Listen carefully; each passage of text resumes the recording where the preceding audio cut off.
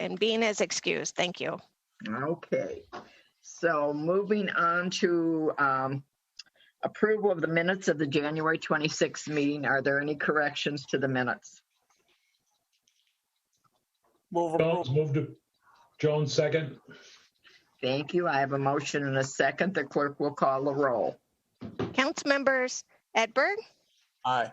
Jones, Aye. Engstrand, Aye. and Walsh. Aye.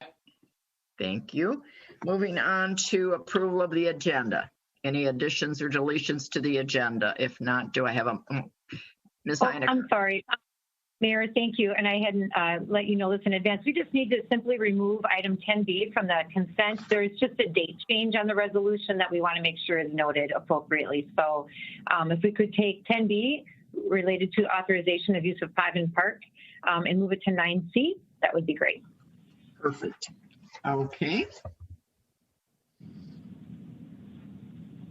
I'll move approval with that change. Thank you. Do I have a second? Jones Second. second. I have a motion and a second. Clerk will call the roll. Council members Engstrand, Aye. Jones, Aye. Edberg, Aye.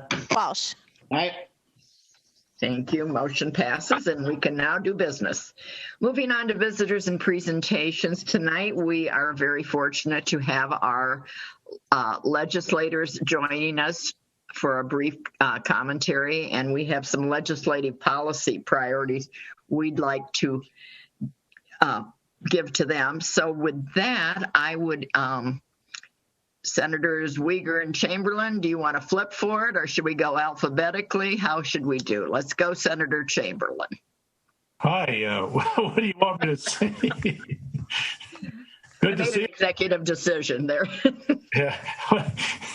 Good to see all of you.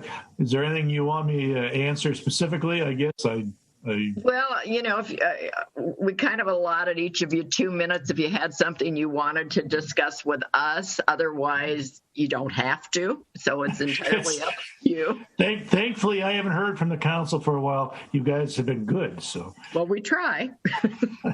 But I brought you a list tonight, so. So, yeah, we try to keep you happy, so.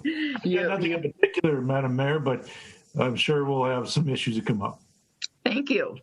Senator Uyghur, what would you like to? Well, thank you, Madam Mayor, council members, Chuck Uyghur, and I'll give a brief overview of the committees I serve on. I'm on the E12 Education Committee, E being for Early Ed, which is chaired by Senator Chamberlain, and also serve on Local Government Committee, which a lot of interest to you and Madam Mayor when you served as the league president for the League of Cities. There was a lot of testimony, so I'm happy to be on local government. I'm on the Veterans and Military Affairs Committee, the Capital Investment Committee, or the Bonding Committee, and I know there's a proposal you have later related to that. And I also serve on the Water Policy Subcommittee. It used to be the Water Commission. It's a bipartisan group.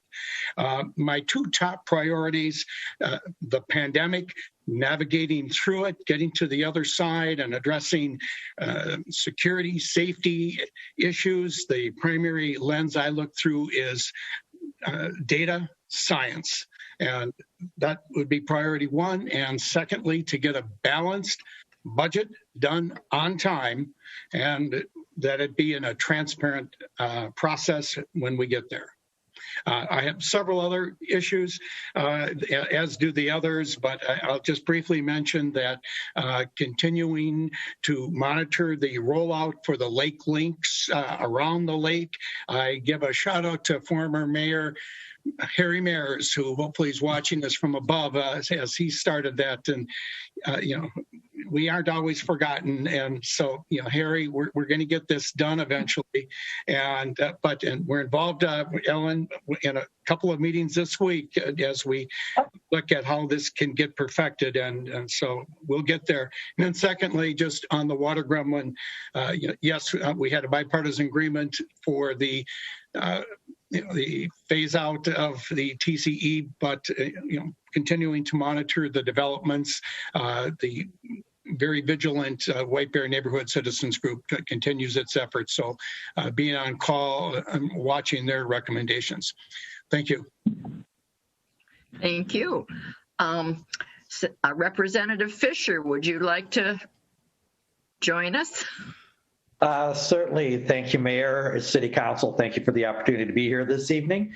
Just want to real quickly give you an idea of what the committees are that I'm serving on this year. I'm currently on the Property Tax Committee, Human Services Policy and Finance, the Environmental Natural Resources Policy and Finance.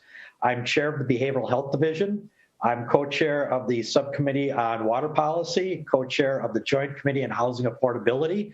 And the committees I'm on kind of come off and reflect the issues I'm working on. Some of the big ones I'm taking a look at is we've got a broad package of bills that came out of the Water Subcommittee on water sustainability and quality. We're looking at moving those through the legislative process.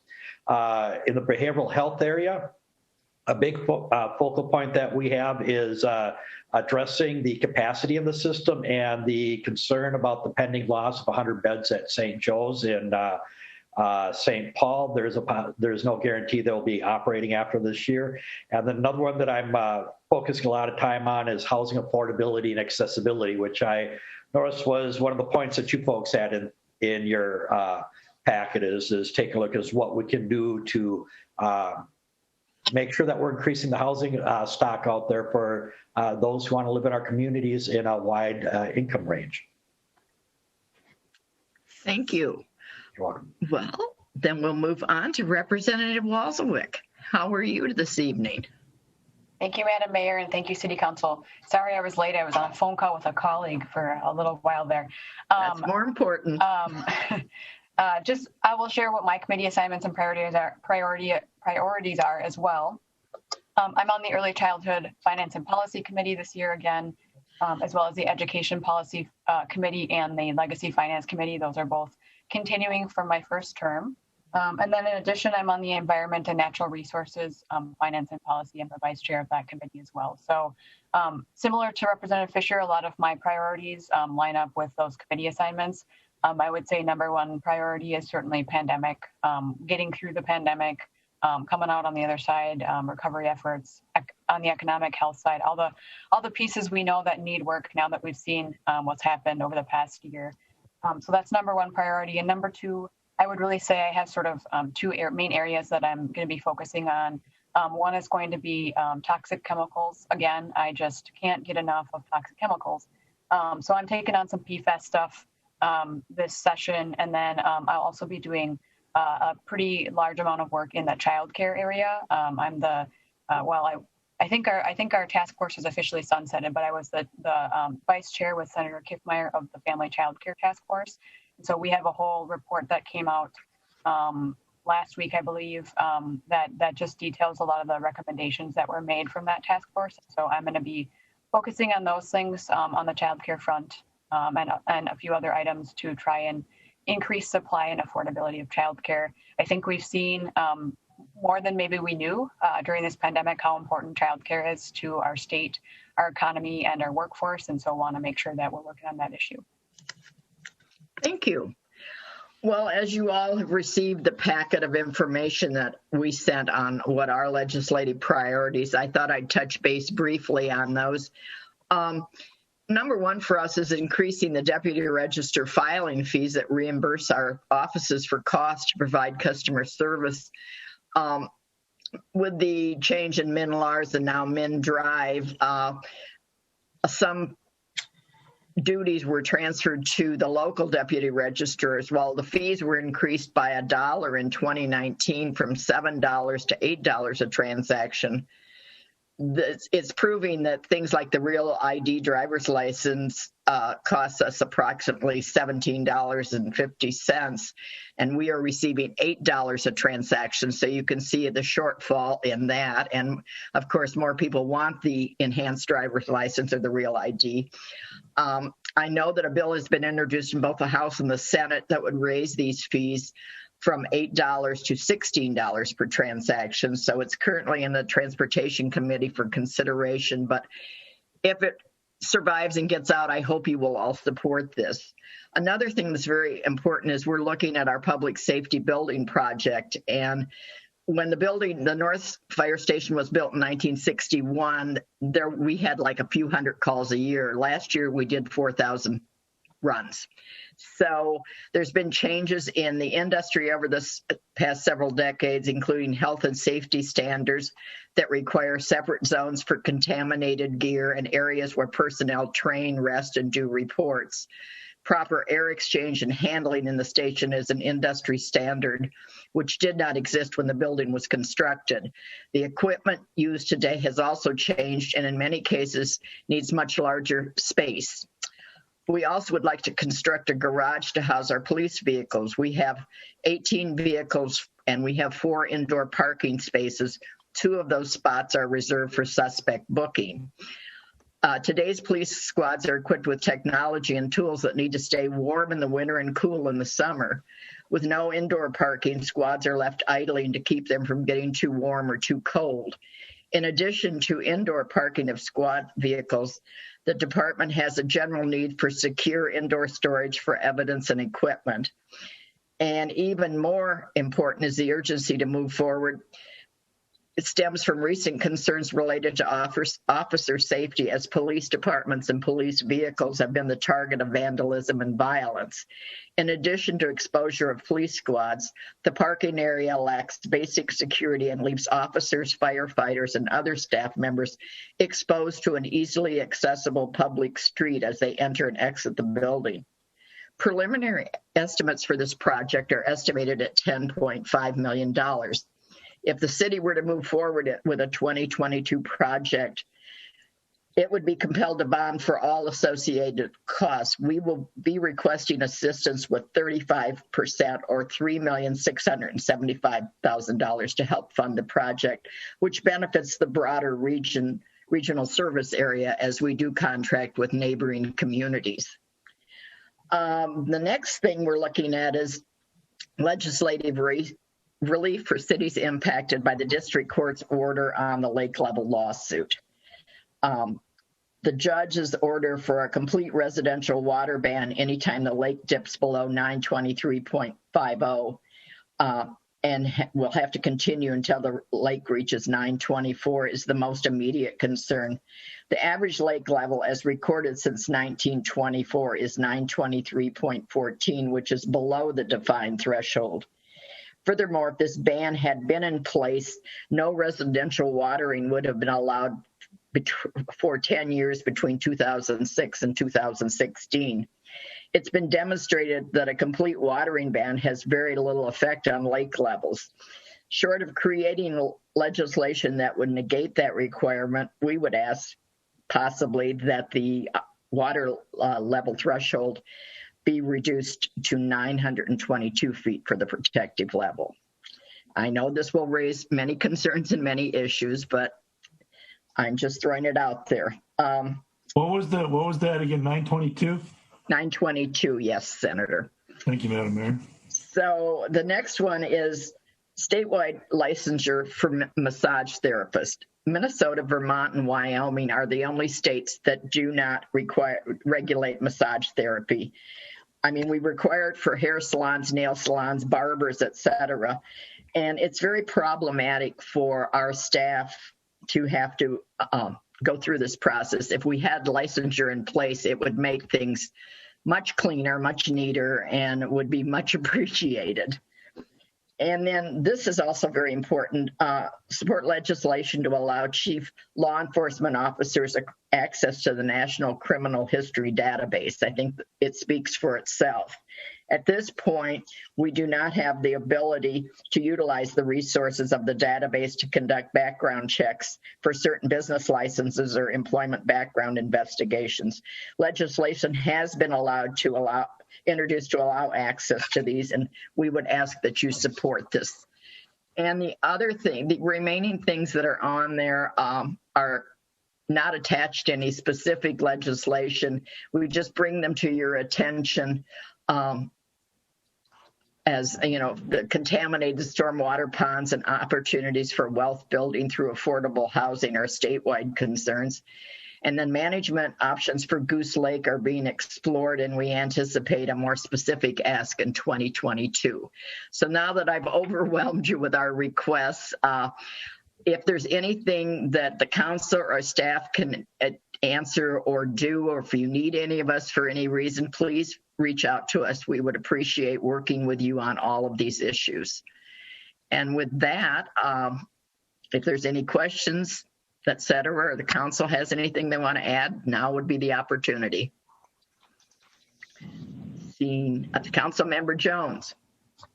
Just a few, well, I'll be me, I guess. Just two things that I'm just looking for answers. And one is the License Bureau that's got to be fixed. You're talking to a council member that it's just got to be fixed. Why do we have it open? Why? We're not here to subsidize the state fees, and we are.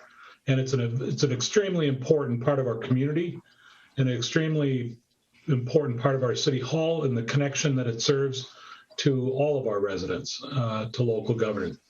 And if I was to vote right now, and I know I would just say we need to shut it down, because why are we losing money? Why are our citizens paying money to support other residents that use that service? It's insane. It's not right. So obviously I get a little ticked about that. The other thing that I just would like personal an answer on is, I'm a board member of Velamo, and things have just gotten out of control regarding water management on the state of Minnesota. And I'm going to read you a list of what I dealt with, have seen names with, of agencies that have had their hand in water management. And that would be Velamo Watershed and/or Water District, Minnesota Board of Water, Soil and Water, Minnesota PCA, Federal PCA, the DNR, Army Corps of Engineers, the Met Council, the US EPA, and the Minnesota Department of Health. And I'm sure I'm missing some. That's absolutely ridiculous. You try to do a project, and then you have the local cities and ordinances and such like that. Folks, if we want clean water, well, let's add a couple more acronyms to this process. It's just absolutely mind-numbing and costly. And the process is already unbelievably costly to clean up water. And every time we need an attorney to do this, to do that, a science, a field study. But those are my two things. And I'm not mad at you guys. I'm mad in general, but it's important. So I do appreciate all of you being here, and that's very welcome. Thank you. Thank you. What was the fee you want? How much did you want the increase on the registrar fees? $16 per transaction. How much per transaction? 8,000?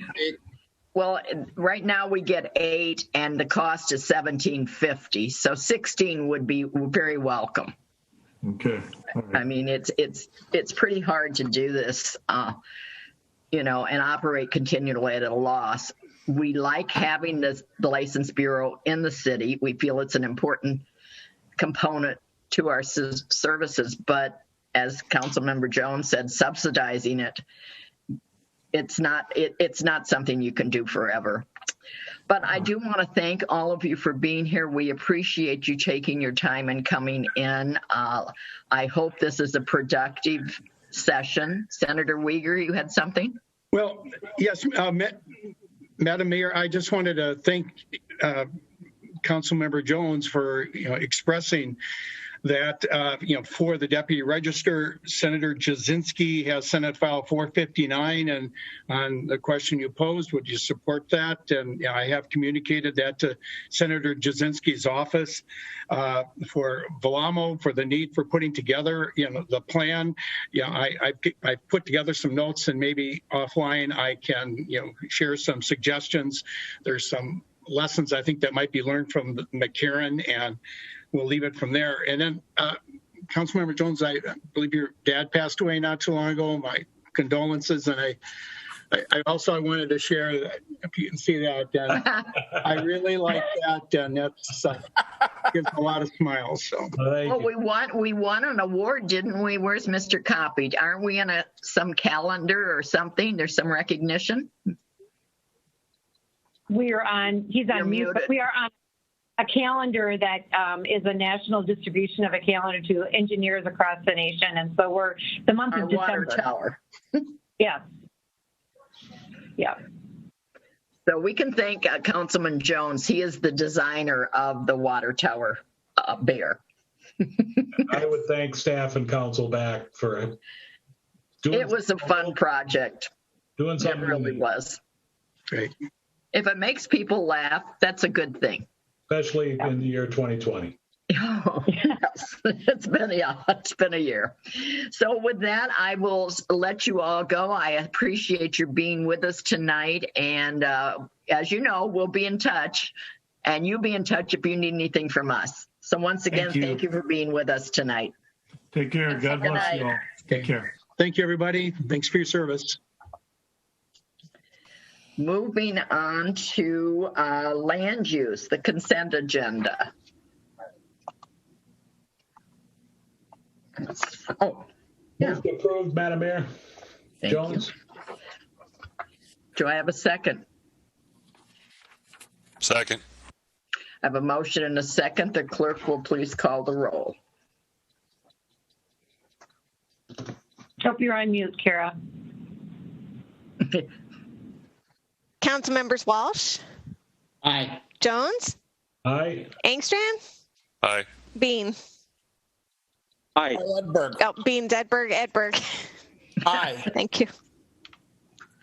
Oh, Bean's here. It shows that he's here. Councilmember Bean did say aye. Oh, good. Well, welcome back. Glad Thank to have you. All right. Thank you. The motion passes. Moving on to new business. 9A, resolution establishing a zero waste events policy. Yes, sorry, Mayor and members of the council. So the Environmental Advisory Commission has put together a recommendation for a zero waste events policy, and they can describe it more. There was a description in the packet, but we have at our meeting, I see Connie Talon is hiding. I see her name, but we also have Gary Schreier is here representing the commission as its chair. And I don't know if both of you want to put your video on so we can see you. See your faces, yes. And if I don't see them soon, I can give you a brief background because I'm also familiar with their recommendations. Unfortunately, somebody has stopped me from putting my video on, but now I can start my video. There you go. are. There's Connie. There's Gary. What do you mean? So yeah, and so I was just gonna, I'll let you go ahead. Maybe, I don't know, Connie or Gary, which of you wanted to introduce this and talk a bit about the discussion. I can say from my perspective, it is something that we have talked about internally for quite a while, and it really is not anything that is an egregious, difficulty, for the city. It's really a statement on the importance of us minimizing our use of anything that we are disposing of. So, and I'll let both Connie and or Gary describe more on this, but I applaud the efforts of the commission. So I don't know, Gary, if you wanted to take it. Sure. Yeah, Mayor Emerson and City Council members, thanks for allowing the Environmental Advisory Commission to present this proposed zero waste resolution for your consideration. And the EAC is proposing this resolution in order to reduce waste by utilizing reusable, recyclable, and compostable products for city-sponsored events and promoting waste reduction for goals for the community events within the city. I recently completed the Ramsey County's new recycling ambassador program, which was like a 10-hour program this past fall and winter. And, during that, I learned a lot about how our waste is managed. And as you know, that material that we generate, the recycled material goes to Eureka, and the other waste goes to the Recycling and Energy Center down in Newport. And now we have the opportunity to bring our organics over to the collection dumpsters at the city's public works yard. And by practicing and promoting these zero waste events, we can reduce, landfilling and incinerating waste while promoting recycling and composting. So with a little planning, we think these city-sponsored events can easily be zero-waste events. And Ramsey County provides free recycling in organic containers for events. And these containers come with bags and signage and so on. And then after the events, compostable can be put into the city, the organic collection dumpsters, and that material will be recycled. So thanks for consideration on this resolution. Thank you. Madam Mayor? Yes. Do you mind if I could just add on, Gary, to something to what you described, and maybe just so to clarify, and Connie help me understand, make sure I'm correct in this. So we have, when we say city-sponsored events, the events that we have technically that we sponsor would be like our volunteer recognition dinner, right now, and our employee recognition dinner. And what this means, practically speaking, would be that we would then, and we already have done it in the past. It's just that it's been difficult because we've had to bring it out to Ramsey County's compost site. Now, so we weren't consistent in our practices. Now that we have something right at our public works site, Ramsey County has given us permission to use that for those things that we hold in-house for our volunteers and our employees. And so that's what we would say. We are making a commitment by adopting this resolution to use compostable materials for those events that we have internally. And then it's also included in this that we will work with those that organize Main Street and other community events to help them move toward it, that this would not be a requirement that all external events have to use compostable materials. So that's not what this is. And I want to clarify to both Gary and Connie, that was my understanding, but it certainly is an affirmative sort of message that this is a priority. It's important to the community, to the city, and that we do want to be working with those that are planning events, whether they're small or large, and we will commit our time and resources to coordinate with them so they can be zero waste. And that is, I hope I captured that to add on to what you had said, Gary, so that it was kind of clear. We have those like two types of events, ones that we have and then the external events. So that makes sense, though. I mean, how do we ask others to do what we're not willing to do ourselves? I think we should lead by example, and we have the capability to do so, and I think it would be in everyone's best interest. Council, any questions for anybody? Got questions, thoughts, concerns? Councilmember Jones. Madam Mayor, no concerns. I support this. Just be clear, it's city-sponsored events, so you could have events that are ongoing if we approve that are not zero quality, but right. We'll be encouraging, right, if I'm reading that correctly, and offering the program. And so in other words, we're going to do, as a city-sponsored event, zero waste events, and we police ourselves, which is great. This is awesome. And that would also include just meetings at City Hall, for example. And we have, a couple years ago, we have purchased reusable glassware. So we've been doing, little things like that, but we haven't gotten into the compostable material purchases yet. Okay, thank you. Anybody else? Well, Councilman Jones, can I assume that's a motion? That's a motion to approve, Madam Mayor. Jones. Do I have a second? Bean will second. Thank you. I have a motion and a second. Is there any further discussion? Thoughts, concerns, etc.? Councilmember Walsh, you have something? No? No. Okay, I guess I'll call for a vote. Council members Edberg. Aye. Walsh. Aye. Jones. Aye. Bean. Aye. And Engstrand. Aye. Thank you. Well, we will start on this now. I think this is a good way to start the year. So thank you all. Moving on to 9B, resolution approving memorandum of understanding between Ramsey County and the City of White Bear Lake for the South Shore Boulevard project in 2022. Mr. Copy. Thank you, Madam Mayor, members of the council. As you see in your packet, the next step in the South Shore Boulevard Around the Lakes Trail project is to execute a memorandum of understanding for the turnback of a portion of South Shore Boulevard from Ramsey County to the city of White Bear Lake. So from White Bear Avenue to McKnight, that would remain a two-way roadway and under the jurisdiction of Ramsey County.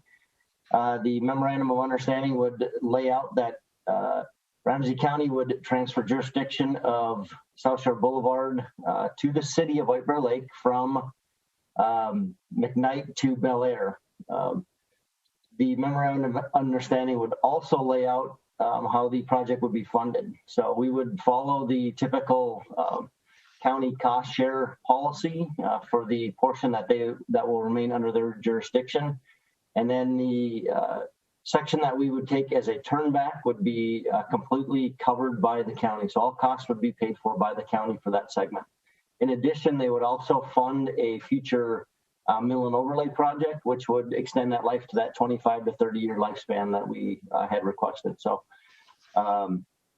the next step for the county, once we pass the memorandum of understanding, they are working on a request for proposals for consultant services to move forward with design in 2021. And that would still allow us to do construction in 2022. Also, as part of this overall agreement, we would have the County Road F sidewalk that was brought up as part of the public process would be constructed as part of their pavement rehabilitation program in the 2021, 2022, depending on how the bids come out and how they can stage the project. So that would also be done as part. So at this point, staff would recommend that council approve the attached resolution authorizing the city manager to enter into a memorandum of understanding with Ramsey County and the city of White Bear Lake for improvements to and jurisdictional turnback of South Shore Boulevard between White Bear Avenue and Bel Air Avenue. I'd be happy to answer any questions you might have. Thank you. Council, any questions? Councilmember Jones. So this is just, I would want to make this point that because I've had several residents active in design ideas or some ideas on part of this trail. That's next phase. They'll still get an opportunity. Just trying to make that clear in a kind of a, closed circuit call out to those folks that, yep, that's the next step. Councilmember Jones, that is correct. Okay, thank you. And I'll wholeheartedly motion to approve. Jones. Thank you. Do I have a second? Also second. Thank you. I have a motion and a second. Any further discussion? If not, the clerk will call the roll. Council members Walsh, Aye. Engstrand, Aye. Edberg, Aye. Bean, Aye. Jones. Aye twice.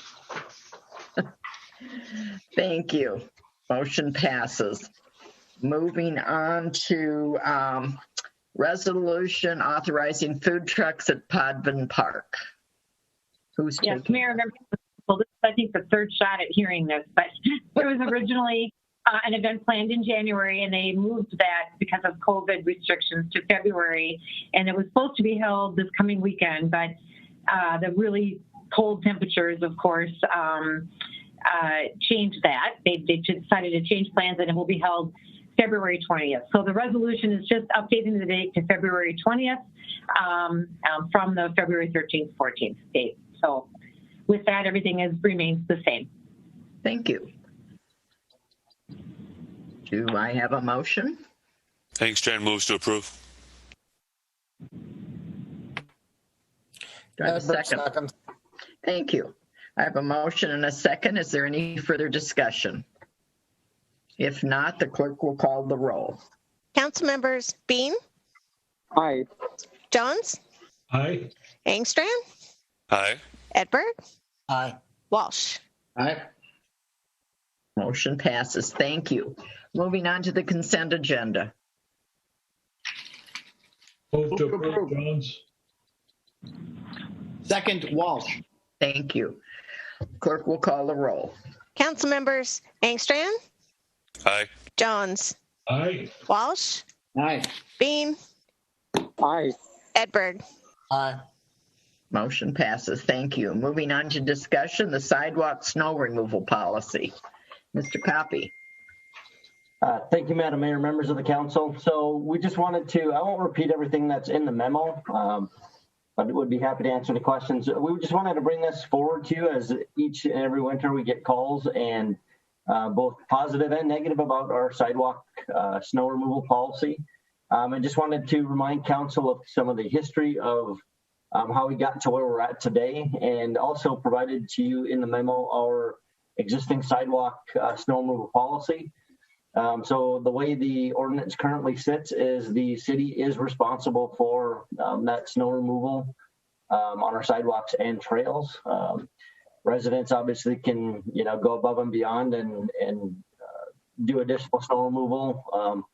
The equipment that we do use for snow removal, especially on the sidewalks, does leave a little bit on the sidewalks, and that's what most of the communications that we receive from residents is comes from, that we have to leave the plow up just a little bit because we would hit sidewalk joints and is quite dangerous for the operators of that equipment. So we do leave a little bit on there, but equally we do get just as many calls and emails of people, praising us for the work that we do in, an overall snow removal program for our sidewalk. So we just wanted to bring this forward to council for any discussions and questions you might have, maybe questions you have received from residents, and we can definitely do additional research. The city is working on our codification project. So if there are ordinance changes or policy changes council wishes to explore, we're definitely open to that, and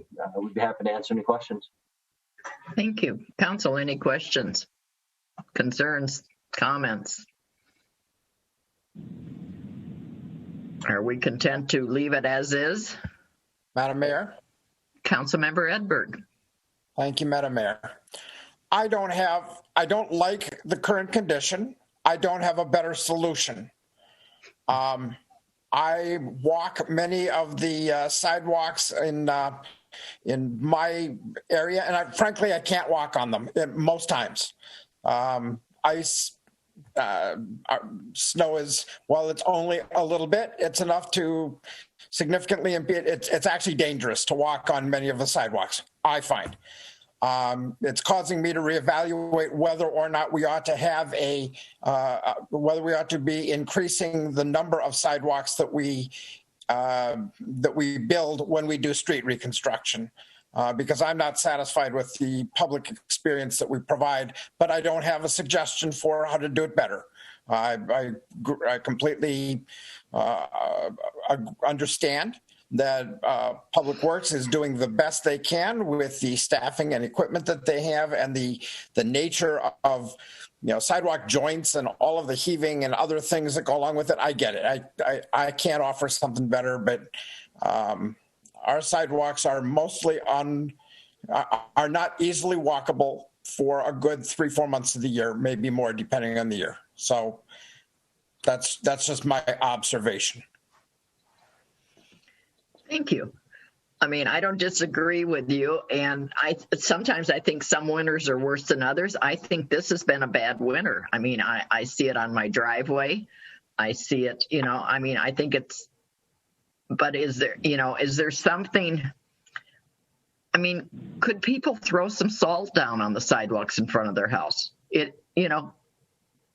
Is that something they could help us with? I don't know. I'm like Councilman Edberg. I don't have a better idea. But anybody else? Thoughts? Councilmember Jones.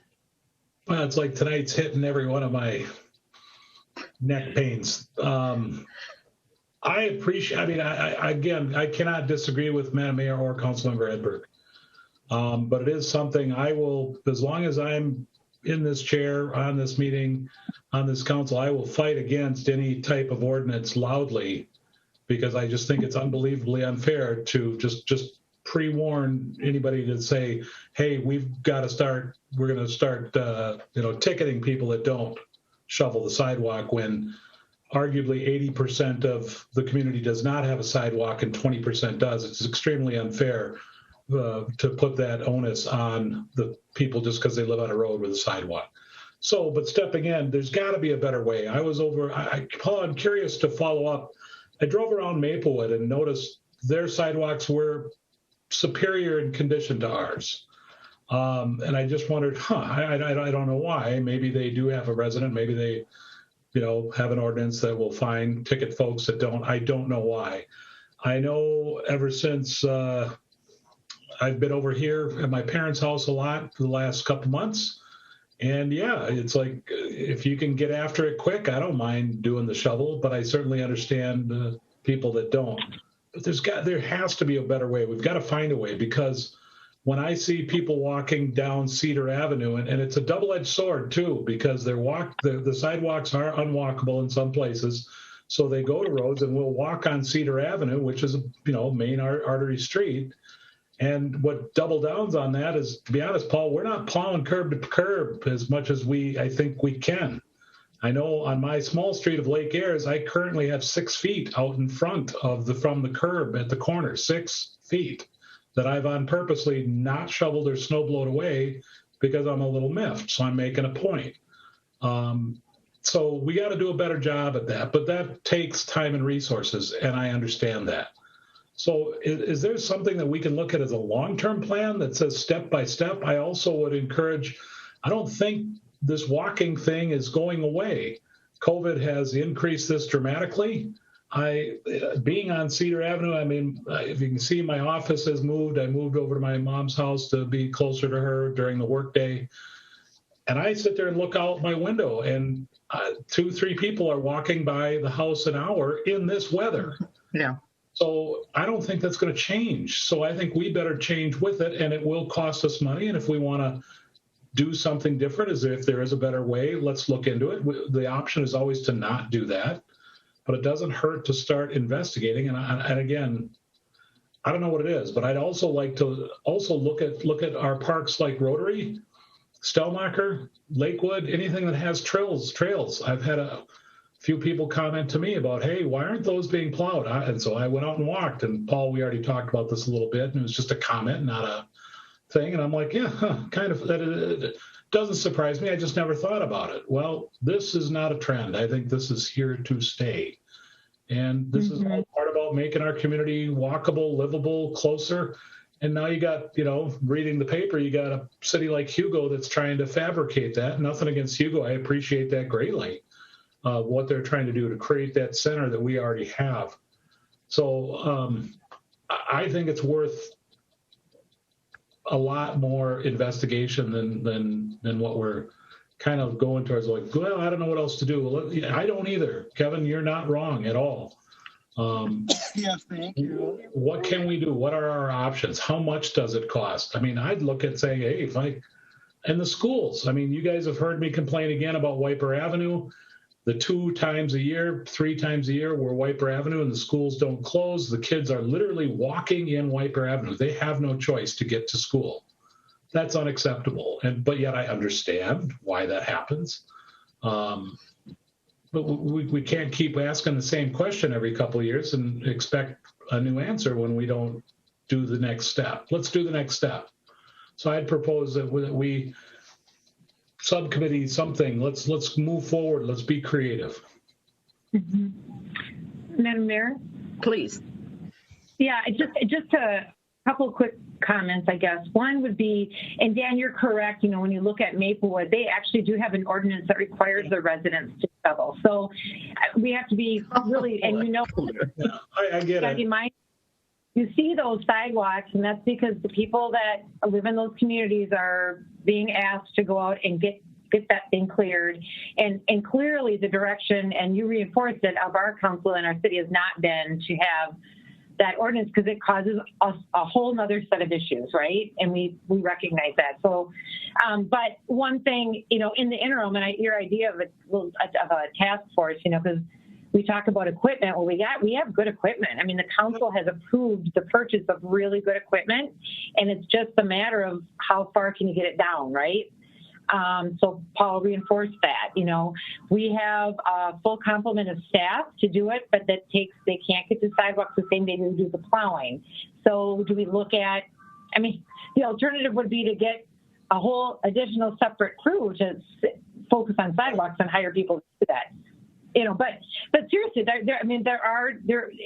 but not saying no to any option, but to exploring what are all the options and attaching costs to it and saying, is it worth it, right? And then having that conversation. Meanwhile, and I know the council has expressed this before, but maybe on behalf of the staff, if for residents who are able-bodied and live in areas that are more problematic, to the extent that after a snowfall, they're able to get out on that day of the snowfall, because our folks just won't be out there. They're going to be out on the streets. That's their first priority, is to get the streets plowed.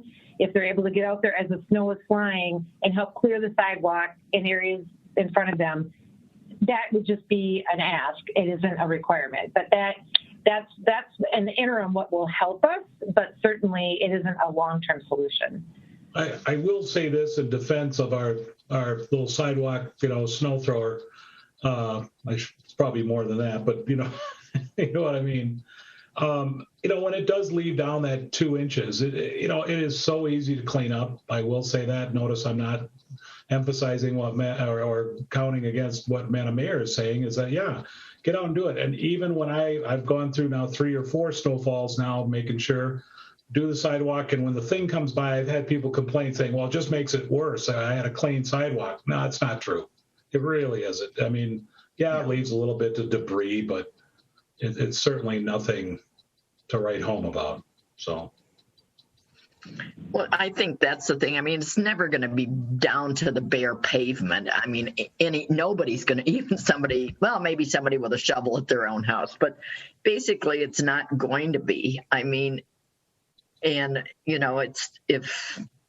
know what the answer is, but I also think we ought to be looking at this in another time rather than winter. We should be looking at it before winter.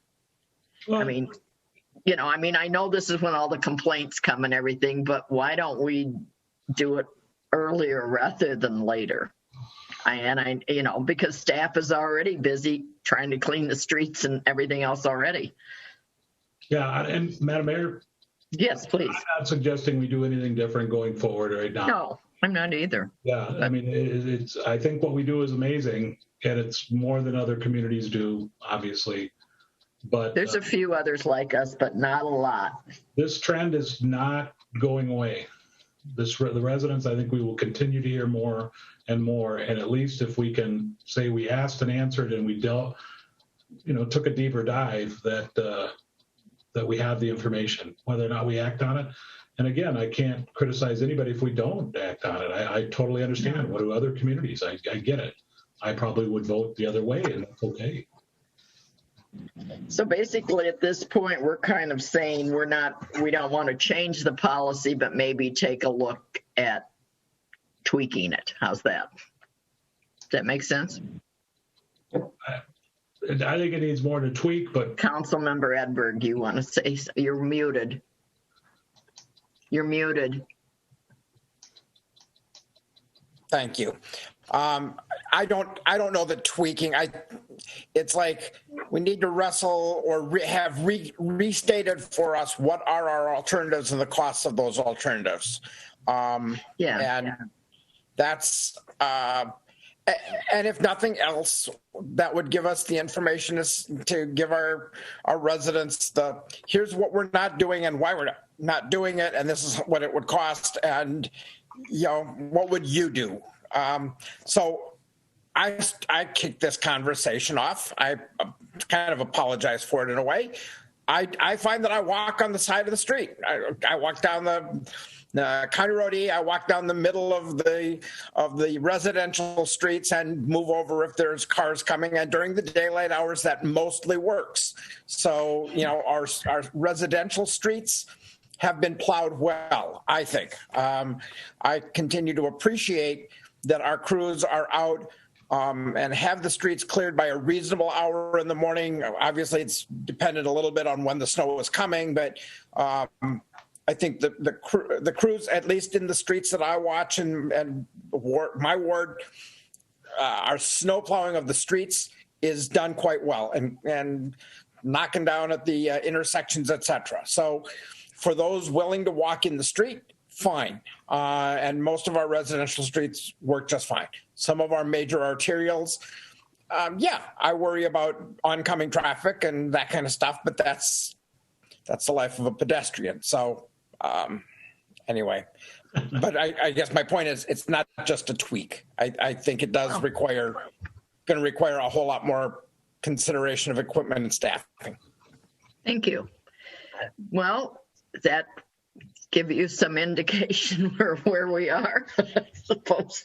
All right. So, no, I mean, I appreciate the fact. I mean, you are sometimes in a thankless job because whatever you do is not going to be enough. Someone's always going to be unhappy, and I think your crews, they do a marvelous job. They get out there, they get it cleared. If people would get their cars off the street so they could go curb to curb, that would be real appreciated. And it would make things a lot more efficient, which would enable them maybe to get to the sidewalks sooner. So there's things that people can do to help. And we'll just continue to hopefully improve on this and work on it. So with that, we'll move on to communications from the city manager, Ms. Heinecker, environmental updates. Yes, thank you, Mayor. And and this is an update on behalf of Connie. She had put together some information regarding the Goose Lake management. We talked a little bit about that when we were speaking to the legislators about our priorities. But, council is aware, staff has been working with Blamo staff to collaborate in the development of an adaptive management approach for management of Goose Lake. And council, I think we introduced it to you in October, is when Blamo came and gave us a real nice presentation on that process. And they have since met with Lakeshore owners and had some conversation. But more recently, they put together a robust survey that is just now being launched to the broader community to ask the community about Goose Lake. And so I will forward that to you in your, so just check your emails. I'll forward it to you, and Blamo and staff are encouraging council to participate in that email, and anybody who's listening, there'll be information on Facebook being posted and on our website as well. So wanted to make sure you had an update on that. And then I also wanted to give a brief update, Mayor, maybe on behalf of our conversation today. The mayor has gone through, we were really fortunate to receive a large number of applications from interested members in our community to be part of that welcoming and inclusive community task force. So the mayor has gone through them and is making some final decisions. And I think, Mayor, we're going to try by the end of the week to send that out to council, if I recall what we talked about.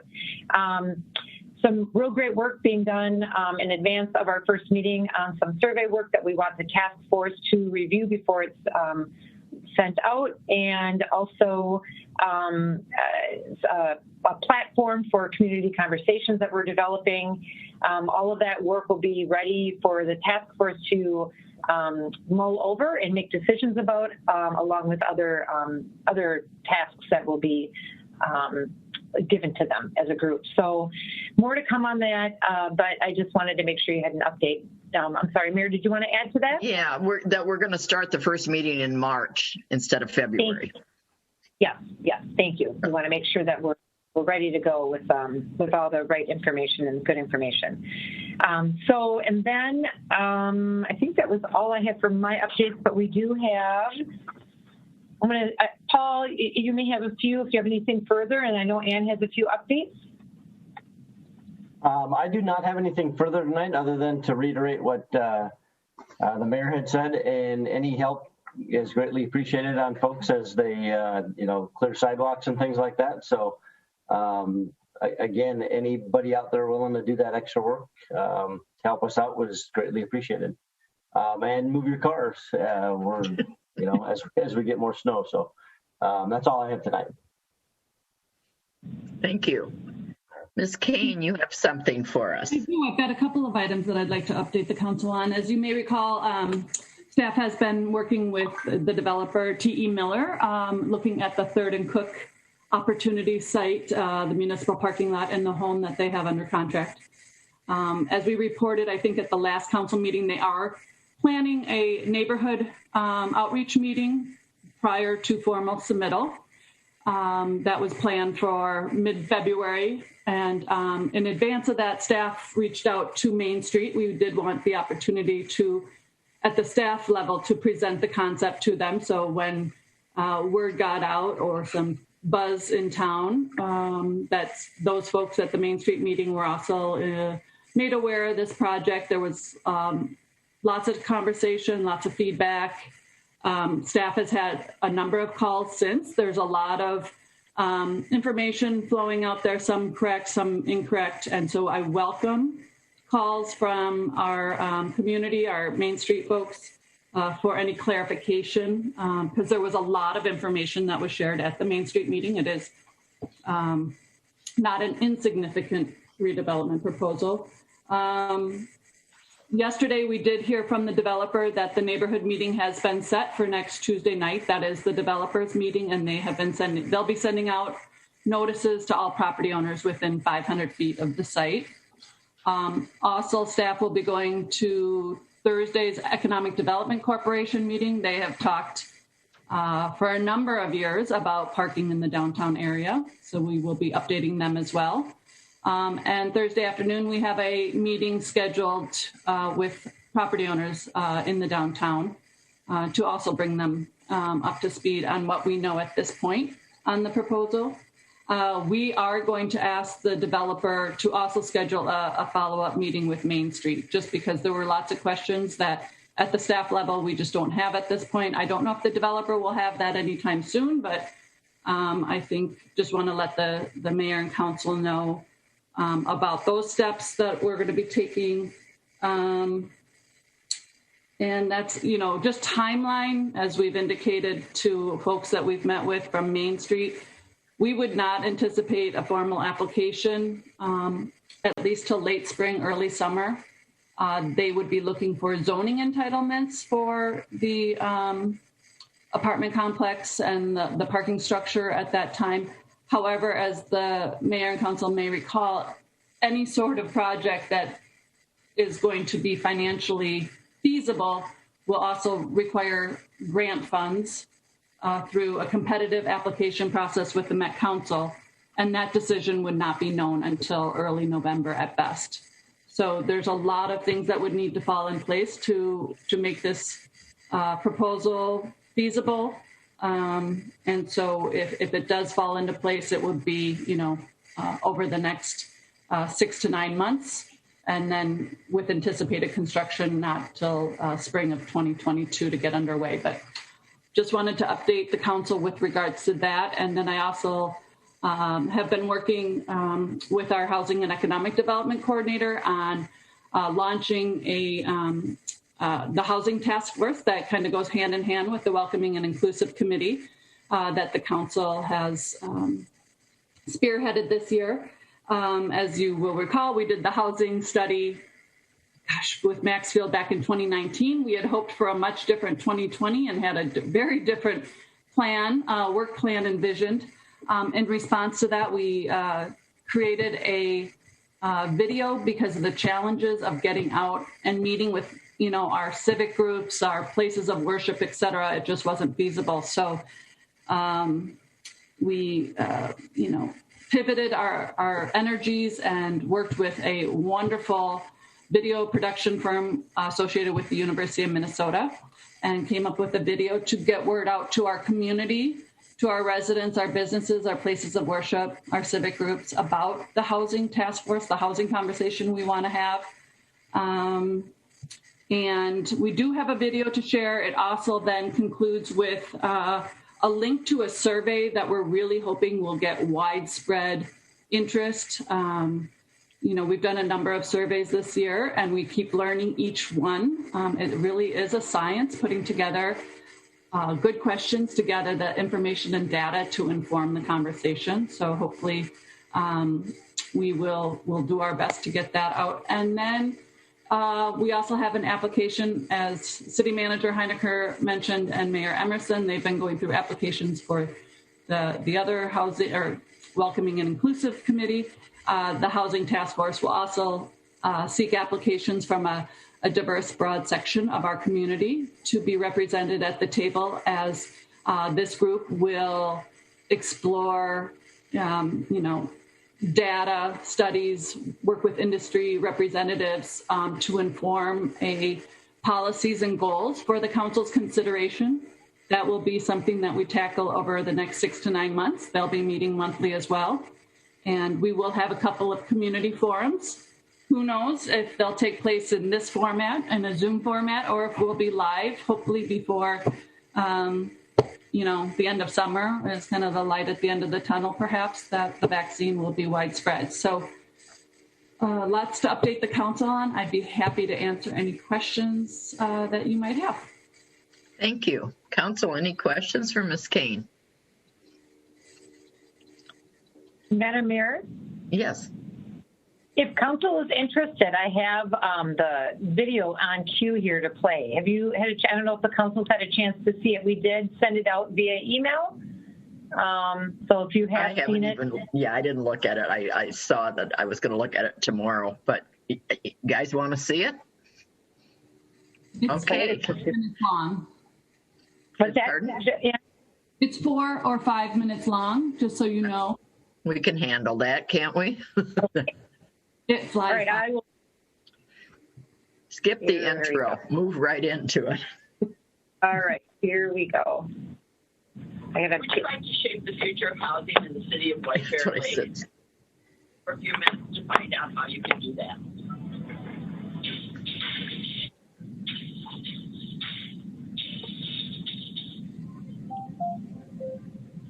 Housing is an important part of our community's infrastructure. Beyond just the buildings, it affects the community, our local economy, tax revenue, and services. More than just having shelter, safe housing can be the difference between keeping your job and unemployment. It affects our mental and physical health. Housing costs determine how much money we have left over for basic needs, and it affects our children's educational outcomes. Housing options are often determined by the private market. Still, city governments can play an important role in guiding the type available, where it is developed, and creating programs to support residents' housing needs. White Bear Lake has been evolving for centuries. This was a hunting and harvesting home for the Dakota and Ojibwe people. It became a resort getaway for mid-19th century St. Paulites. In the early 20th century, it was a thriving transportation hub, and in the 1950s, a booming suburb of St. Paul. As we look to the future, we need to plan for changing housing needs to ensure that our residents can thrive. Because the community has no open space remaining for additional large-scale developments, creating housing becomes more challenging and requires strategic planning for new or redeveloped housing. Our data has demonstrated that in the last 30 years, the makeup of our households has changed dramatically. Currently, the average age of the population is increasing, and this trend will likely continue for the foreseeable future. As residents age, do we have affordable housing available if they wish to downsize or need to move to maintenance-free living? While many people think of a home as a detached single-family house, homes take many shapes and forms. Nearly 40% of our households live in something other than a single-family unit, such as a townhome or apartment, and over 30% rent their home. Residents have a variety of choices, but do we have the right mix to serve future needs? Are there alternatives we don't have? Do we need to consider tiny homes, pocket neighborhoods, or smaller-scale apartments? Housing costs have a huge impact on the city, and they are on the rise in White Bear Lake. In one period from 2018 to 2019, average rents rose 7%, while there was a rental vacancy rate of 2.1%, far below the 5% vacancy rate that is considered a balanced market. Since the market low in 2011, the median home sales price in the city has increased nearly 90%. With housing cost increases outpacing wage increases, will our teachers, firefighters, and other essential workers be able to afford to live in the community they serve? And if they can't, what does that mean for our schools, public safety, and local employers? The pandemic and ensuing economic challenges have reinforced how crucial housing is to a decent quality of life and underscores the challenges many people face in securing housing that meets their needs. As you can see, there is a lot to consider when thinking about the future of housing, and we've barely scratched the surface. We want to know what you think. Will there be housing to meet your future needs? If you are a parent, would your kids be able to find or afford housing here when they leave the nest? Can your neighbors make ends meet? Or does the cost of living make it difficult to get by? Are there enough potential employees living in the area to retain and attract businesses? Please take the survey and share your insights. This will help inform future priorities. If you're really interested in White Bear Lake's housing future, apply to be a part of the Housing Task Force, which will examine data including the survey results, learn from housing experts, and present the City Council with recommendations for policies, priorities, and programs to help shape what home looks like in White Bear Lake for years to come.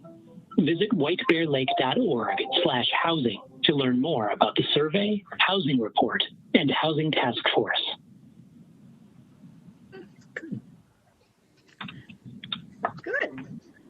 Good video. Yes, a nice job, Mayor, at the beginning again. Oh, yeah, no, that was a terrible job, but that's okay. It was funny, though. We stood outside and the music started playing in the tower. And it not only played one song, it played two, and it was getting colder and colder and colder out there. But it worked. But no, I was glad to help out. I think I hope people will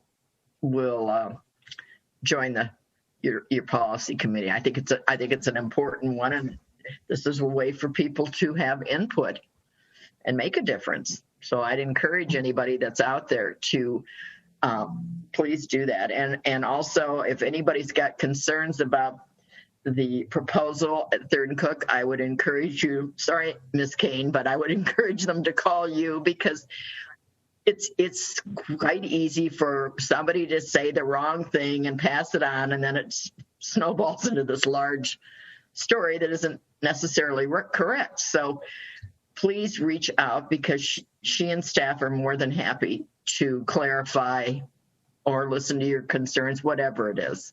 So please do that and just save yourself some stress.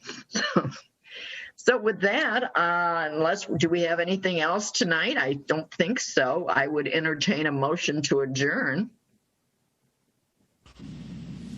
So moved. Do I have a second? 15 seconds. Thank you. Clerk will call the roll. Council members Engstrand, Aye. Bean, Aye. Jones.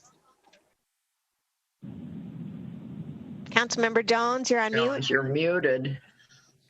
He said I could read his lips. Aye. Thank you. Councilmember Walsh. Aye. Thank you. We are adjourned. Thank you. Good Edberg meeting. also Oh, votes Edward. Oh, sorry. twice tonight. Sorry about that. So anyway, we have everybody. Sorry. We are adjourned. It was a good meeting. Thank you all for everything, and we'll see you all in 2 weeks. Good night. Everybody. Good night. Good night, everybody.